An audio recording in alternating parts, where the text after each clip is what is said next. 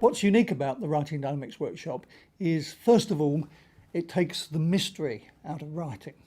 So rather than give participants vague instructions about giving a document more gravitas or more energy, it actually shows people how they can do that.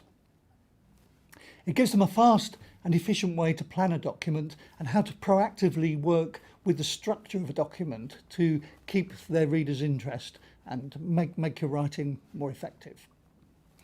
It does away with that old bugbear writer's block. If you follow the Writing Dynamics approach, writer's block will be a thing of the past. And it gives a methodical approach to editing.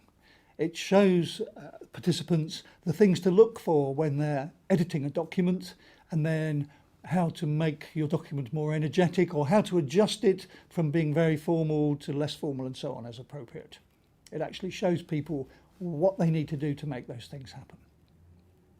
But perhaps most of all, what's unique about it is it takes all those elements of good writing and puts them together into a package that flows and people can follow and use the method effectively the day after the workshop, and then continue to use it so that they can improve the quality of their business documents from then on.